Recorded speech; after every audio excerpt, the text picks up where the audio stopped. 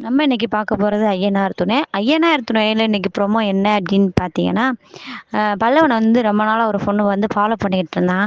அந்த பொண்ணுட்ட போய் பல்லவன் பேசல. அந்த பொண்ணு சொல்றா, "அவங்க சோழ அண்ணன எனக்கு ரொம்ப பிடிச்சிருக்கு" அப்படின்னு சொன்னோனே, பல்லவனுக்கு என்ன சொல்றதுன்னே தெரியல. ஒரே ஷாக்கு. அதோட வீட்டுக்கு வந்து எல்லார்ட்டயும் என்னையும் பிடிக்கலையாம், பாண்டிய அண்ணனையும் பிடிக்கலையாம். அந்த பொண்ணுக்கு சோழ அண்ணன தான் பிடிச்சிருக்குன்னு சொல்றா அப்படின்னு சொல்லையில, இங்க சோழனுக்கு ஒரே சந்தோஷம். நிலாவுக்கு ஒரே ஷாக்கு. அதோட சோளம் வந்து அப்படியே வானத்துக்கு பூமிக்கு குதிக்கிற மாரி, "இங்க அழகா இருக்கிறதே தப்புங்க" அப்படிங்கிற மாரி வந்து சோழன் வந்து சொல்லிட்டு இருக்காரு. "அழகா பொறந்தது ஏன் தப்பா?" அப்படிங்கிற மாரி வந்து சோழன் சொல்றாரு.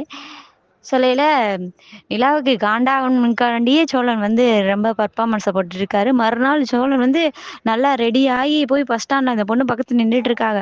அதே டைம் வந்து பல்லவனும், நிலாவும் வந்துட்டு இருக்கும்போது, இன்னும் பெர்ஃபார்மன்ஸ கொஞ்சம் கூடுதலா வந்து சோழன் போட்டுட்டு இருக்காப்ல.